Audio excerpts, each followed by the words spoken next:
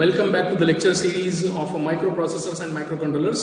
Today in this lecture we shall continue our discussion regarding the instruction set of 8086, which will be very important for you such that you can understand the programming of 8086 in assembly language programming. So as I said, we will be having a brief recap. Continuing that one, we will talk about the instruction set of 8086. So here there are total 6 categories of the instructions of 8086. There are more than 100 instructions in 8086 which are commonly used. So all those more than 100 instructions are categorized, grouped and categorized into these 6 groups. So the group 1 is data transfer instructions. As the name suggests, here we will study the instructions which are specifically used for the operation of transferring the data from one place to another place, or moving the data basically, okay, exchanging the data between two hardware modules. So this is particularly the group of the instructions where the data transfer instructions are there. Very good and simple example in this one is MOV instruction. Earlier while discussing addressing modes, we have seen that MOV instruction repeatedly in every example. So that MOV is for moving data. Okay. So one example is that one. For furthermore details into that one, we will see one by one. Next is arithmetic instructions. Arithmetic instructions are all our arithmetic operations: add, subtract, multiply, divide. Okay. So that will come under this one. Next is the set of logical instructions. Logical instructions are the one which performs logical operations. Okay, what are logical operations? You might have studied in your earlier semesters all the different logic gates: AND operation, okay, OR operation, XOR operation, NOT operation. So these are all different logical operations here, including the shift, rotate. These all will be there in this logical operation set group. Next is the string manipulation operation.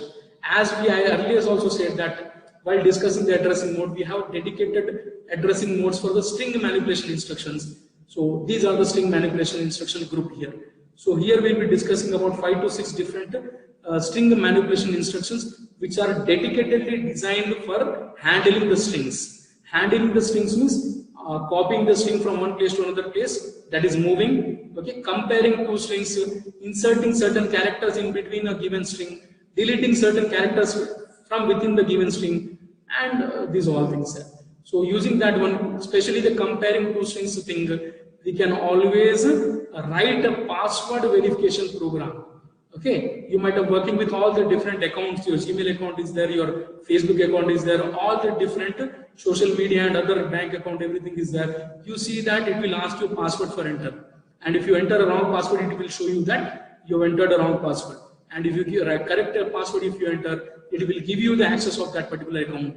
So basically in background, your password verification code, which is in turn comparison of strings, that program will run. It will compare two strings. One string is your actual password, which is saved in that website's database. Another is a manually entered password, that one currently you are entering. So what that particular password verification program does is that it will take one string as your database string, what is there, okay, the password already saved into that website account, and another one which you are manually entering. So it becomes that two strings. So that two strings comparison, it will do character by character, and at any place if the characters are not matched, it will fail. The program will end there and show an error message that your password is not correct or not same. Okay, so that program also we shall see for understanding how our assembly language programming is used in how much sophisticated ways. Okay, control transfer instructions. So here, as I talked earlier about the relative addressing, where jump instructions are used, conditional execution jumps. So all the branching and looping instructions will be discussed under this group. Branching and looping means you are executing from top to bottom. At certain point, you have to jump to other place, either forward jump or loop it backwards. So all such instructions will be discussed here.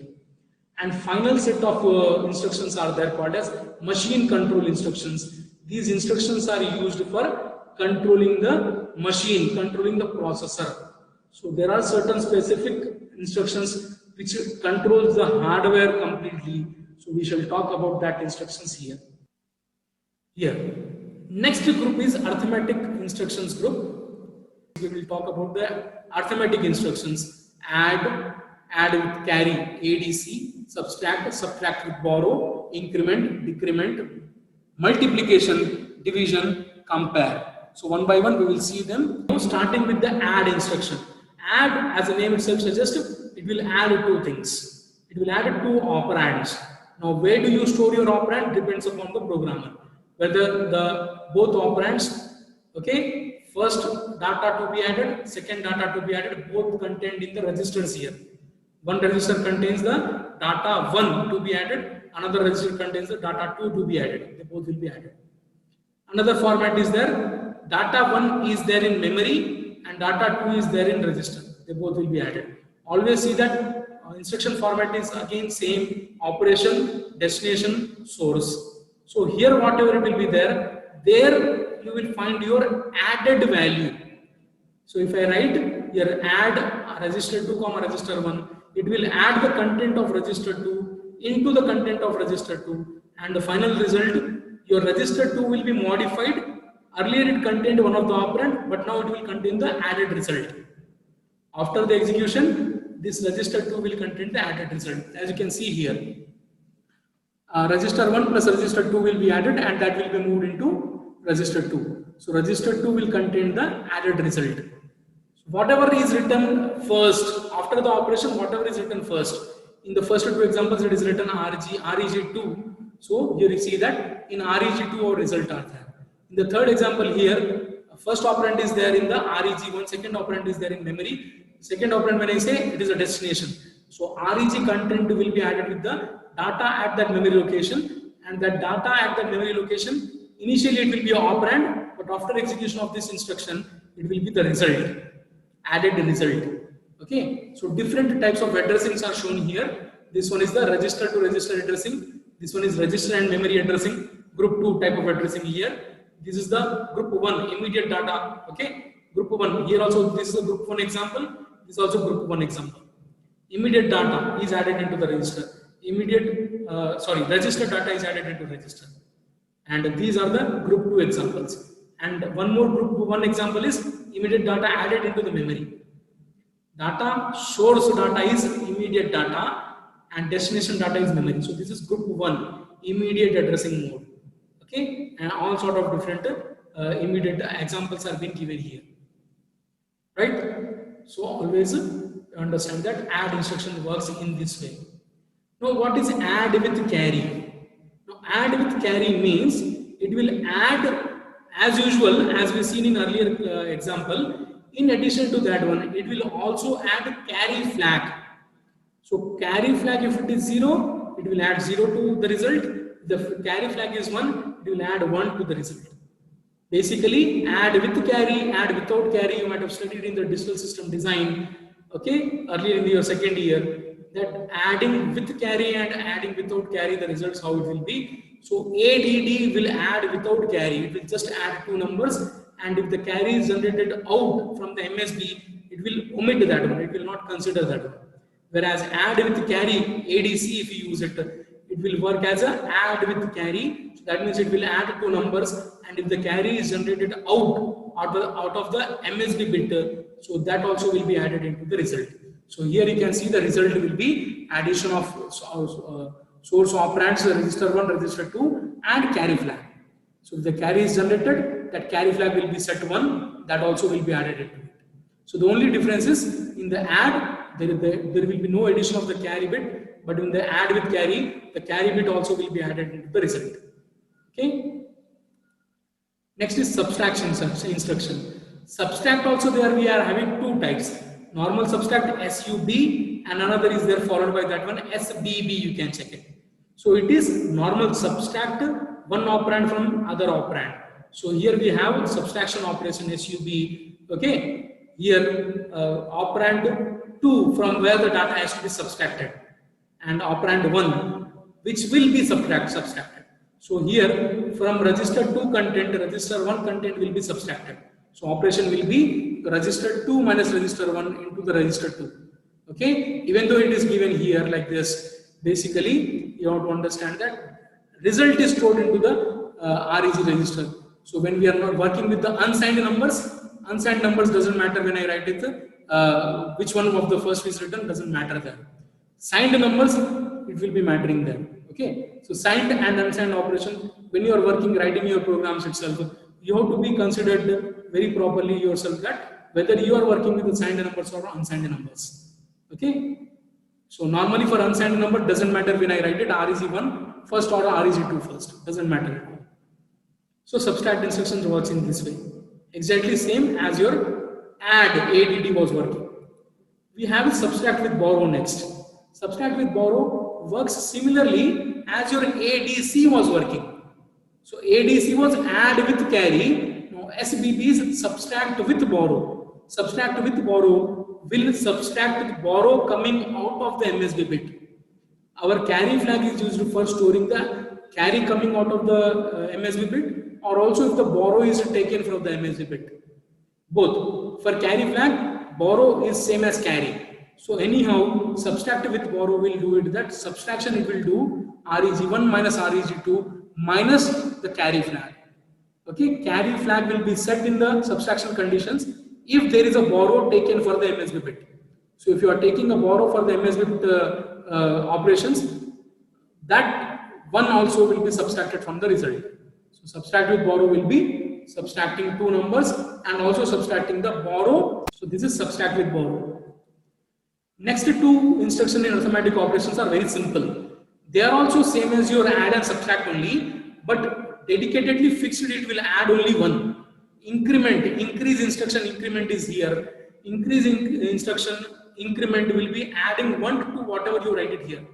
So increment something you write it, after executing, whatever you write will be incremented by 1, increased by 1. So 1 will be added to it. So it is basically add similar to the add instruction, but by default it will add only 1 always. So here register 8 is written, so register 8 plus 1 it will become. Register 16 is written, register 16 plus 1 it will be becoming. Memory is written, whatever the data is there at that memory location, it becomes that data plus 1. Okay, whenever these brackets are indicated here, you have to understand that it is not incrementing the register, basically it is increasing the value contained in that register. Okay, if I write increment AL, so whatever, suppose my AL contains 8, so increment AL will make that AL contained as 9. So it will increase the content, the data, increment, add 1 to your data basically. So similarly, decrease is subtract 1 from your data. So this is add 1 to your data, this is subtract 1 from your data. Next is multiplication. It multiplies whatever you are written here with the content of accumulator. Accumulator is your AX.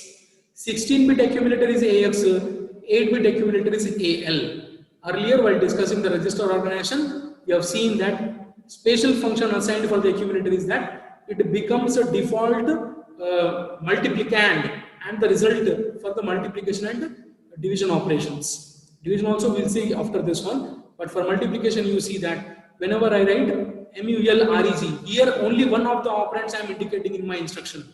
I am not writing the two operands as we did in the earlier case. For add, if you are adding A and B, you have to write add A comma B. But for multiplication, if you want to multiply something, so that thing you want to multiply, you should store in the accumulator, either AX or AL. Okay, and the number with which you want to multiply that one, that multiplicand, you have to store in this any of the other register and write down. Suppose I want to multiply N and M. Two numbers are there with me. I have to store N into my accumulator, either AX or AL, and M I can store in any other register, any other general purpose register, BL, BH, CL, CH and all, and I can just multiply, write down MUL, BL. So if I write MUL, BL, it will multiply the content of BL into the content of AL. Okay, or in the 16-bit format, if I write mul BX, so in this case you can see that whatever is there in the accumulator will be updated by whatever was there earlier in the accumulator multiplied with the whatever you indicate in this instruction. So whenever you want to multiply two numbers, multiplicand you have to store into the accumulator register, multiplier you have to store in any other register, that register you have to indicate in your instruction like this. Okay, your multiplier can also be a memory data.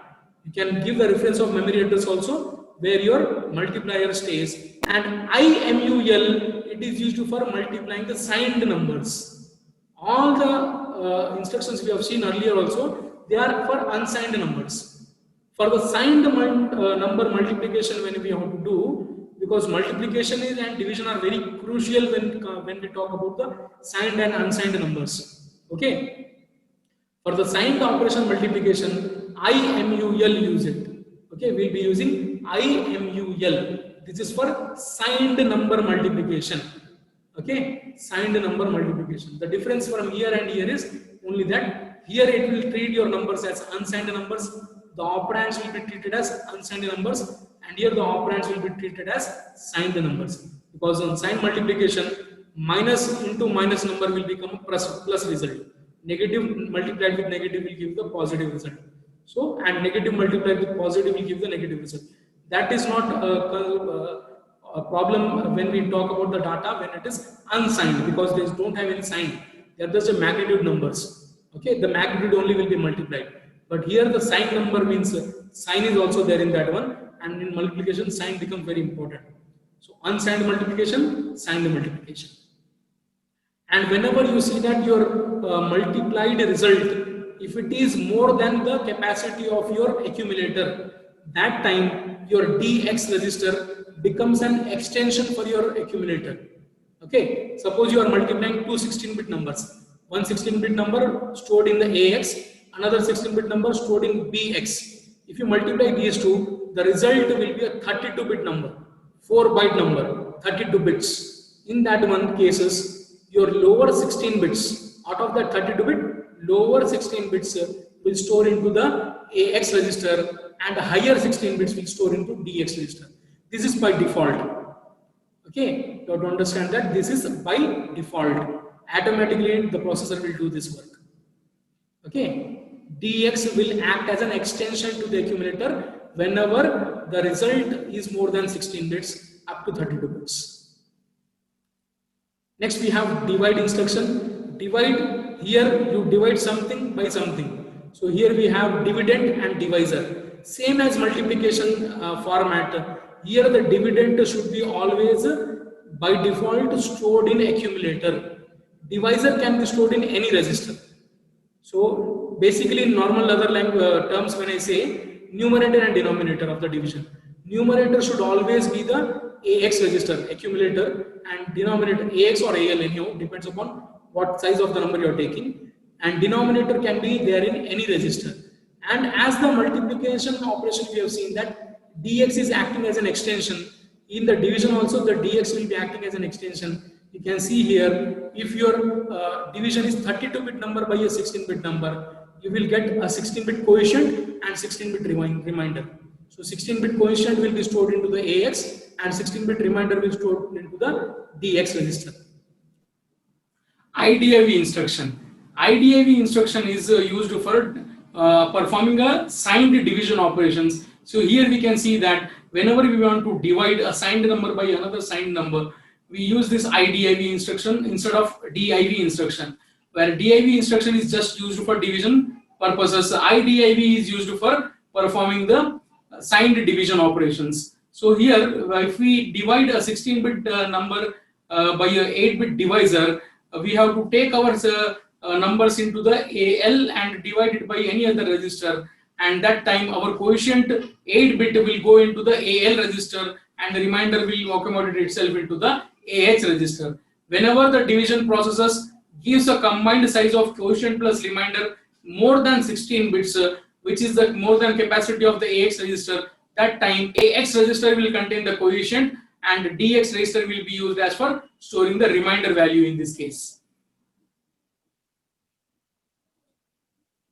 Here next is our compare instruction. Compare instruction, as the name suggests itself, it is used for doing the comparison operation. Logically, what it exactly performs the operation in the ALU, it will be similar to that of the subtraction operation. Here, compare, we can say that it is subtraction without storing the result.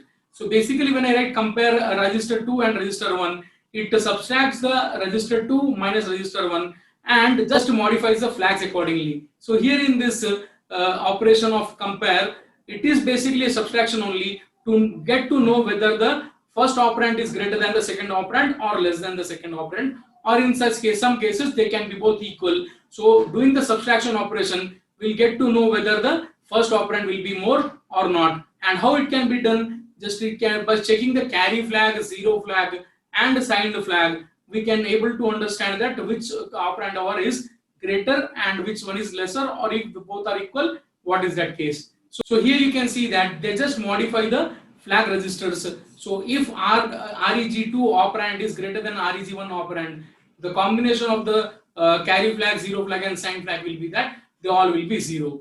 Similarly, if the REG register 2 operand is less than the REG1, then carry flag CF1 will be the high, because whenever you are trying to subtract a larger number from a smaller number, that time the borrow will be generated out of the MSB, and due to that your CF flag will be made 1. In this case you can check it, the CF is made 1, zero flag will be 0, signed flag will be 1. And when both the operands are equal, when you subtract two equal quantities, the result will be 0. So that is why in the last case you can see that zero flag is set to 1. Okay, these are shown all the different addressing modes possible for the compare instruction.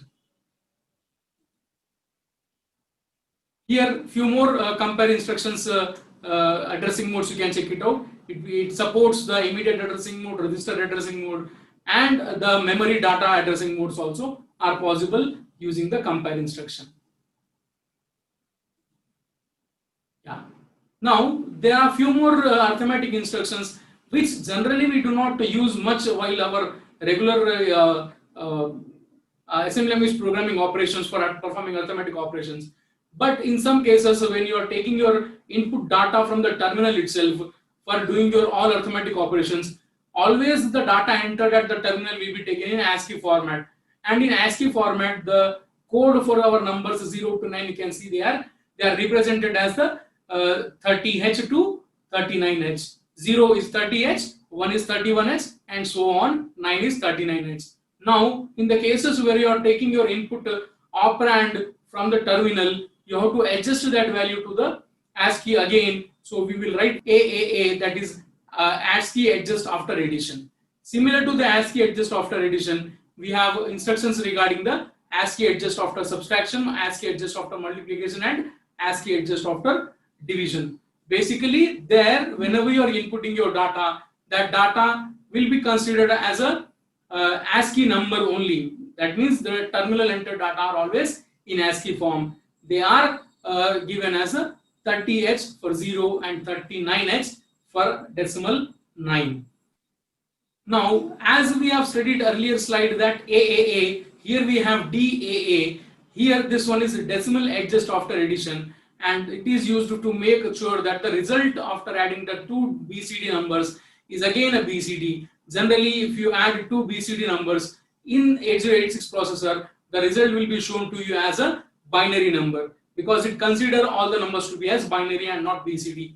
So DAA is used for unpacking the binary into the BCD format. I hope you know the difference between the binary and BCD.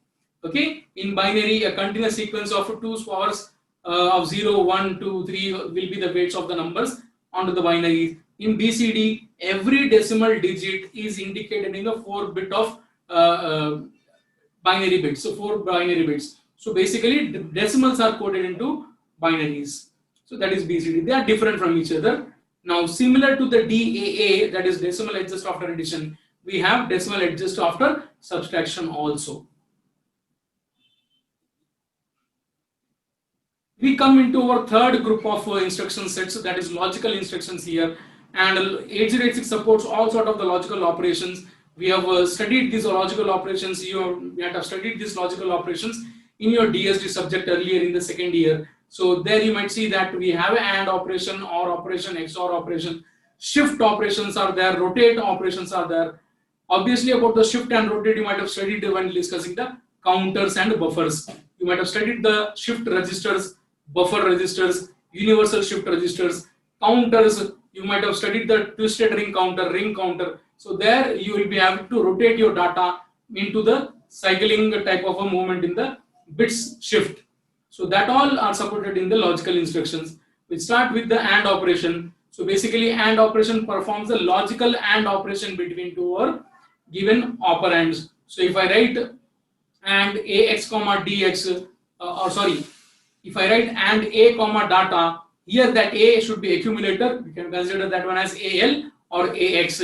So here you are doing the AND operation between your content of the accumulator with the immediate data what you have provided. So AND operation is here bitwise AND will happen, and bitwise AND says that if both the bits of the corresponding operands are both 1, then only the output will be 1. If any of one of that one is 0, the output will be 0. All the different supported addressing modes of the AND instructions are shown here. Next is OR instruction. So, similar to the AND was used for performing AND operation between these two operands. OR operator is used for performing the OR operation between two operands. And OR operator is if any one of the input is high, output is high. So bitwise OR operation will happen when we call this particular instruction into our program. When we write ORG two operands, the bitwise OR operation between the two operands will happen. So here you can see all the different addressing modes supported by the OR instruction. Next is XOR operation, exclusive OR gate. Here exclusive OR gate is very simple. If your inputs are same, output is 0. So if the both inputs are 0, your output is 0. If both of the inputs are 1, output is 1. XOR in our assembly language programming is it will be most of the times used for clearing our content of the register. Suppose any register by default contains some value, and you want to make sure before starting using it that it should be all zeros. So you do the XOR of the same register with it. That means XOR AX comma AX will do the XOR operation of AX content with itself, and that time whenever you are doing the XOR operation of same quantities, outcome is 0. So XOR is used for that purpose. Next particular instruction is this test instruction. Here this you should not misunderstand and mistake it with the test signal of 8086 hardware. Okay, this test instruction is completely different from what that test pin was there on the 8086 hardware. Anyhow, talking about the 8086 test instruction, this test instruction is similar to what your compare instruction is for subtraction. Compare instruction also we have seen that it does a subtraction but does not show anywhere the result. The modification on the flags only will happen when you do the compare operation CMP. Okay, but logically what happened, actually what is happening inside the ALU, it is that subtraction between the two operands. Here the test is also similar to that kind of a thing. Here the test, here when we write, it performs the AND operation between the two operands, and in this case also the result is nowhere stored, only the modification on the flag bits you can see it. Corresponding flag bits whichever has to be affected upon, they will be affected using this test instruction. So test instruction, we know that it is used for testing the AND gating operation into the any two operands. Next is our shift instruction. Here shift left and shift right both are there. We'll start with discussing the shift right. So shift right basically what it does is all your binary bits will be moving towards the right side. That means when you check it, the construction of any operand, it will be LSB onto the right side and MSB onto the left side. So whenever you write any particular operand and use this shift right operation, so from right side the bit will come out, and what is there at the right side? At the right side we always have our LSB bits. So LSB bit will be coming out, and that will be shifted into the carry flag, and at the new blank space which will come at the MSB side will be filled with a 0. As you can see in this given explanation, here the bit is coming out of the LSB bit, it is going into the carry flag, and by doing this shift operation every bit will be shifted by 1 bit position, and in that case there will be a vacancy at the MSB bit side. So the MSB bit will be filled with the 0. Okay, so this is shift right instruction. Similar to the shift right, we have shift left instruction. So in the shift left instruction, the shift will be the other side. Now this time the bit will be coming out of the MSB bit. MSB bit will be moved into the carry, and due to this MSB bit moving into carry, the vacancy of bit will be arising at the LSB side. Now that will be filled by another extra 0 there. So you can see that MSB bit is coming out, going into the carry flag, and there as LSB bit become vacant, and here the 0 will be inserted into the LSB bit. So this is the shift left instruction. Next is rotate instructions. Next two will be our rotate instructions. Actually, there are total 4 rotate instructions in 8086. Rotate left, rotate right, rotate left with carry, rotate right with carry. So what is this? We will check it out by help of 2 instructions. That is ROL, rotate to left, and another after this one we'll be talking about rotate to right with carry. So here rotate is nothing but, in this particular case what is happening is every bit will be rotated, means shifted the other side. So when it is rotate left means every bit position will shift to its left side, and we have the leftmost bit available is MSB bit. So MSB bit will be coming out of the operand, and that MSB bit will be rotated back to the LSB side. So here, as in shift, general shift instruction earlier we have seen, the omitted bit coming out, it is just being omitted and the vacant bit is filled with a 0. But in rotate, that vacancy is filled by the bit which is coming out. So in this particular case, as the MSB bit is coming out, that MSB bit will become the LSB bit. It is rotated. So like this, the your bits rotation will happen into the 8086. Rotate with carry. Obviously, we have just seen rotate left, rotate right will be the same way, but the rotation of the shift of the bits will be the other direction. And now, when we see that rotate with carry, it is rotate with carry involves the carry bit also into the rotation process. So here you see that the bit coming out is LSB bit. That LSB bit is going into the carry flag. Carry flag is moving into the MSB bit. Okay, so these all are rotating, the bits are rotated. Here the carry flag also is involved into the rotation process. As you can see, LSB bit going to carry, and carry bit is moved into the MSB bit of the operand. So that is all for today's lecture. Thank you. See you in the next lecture.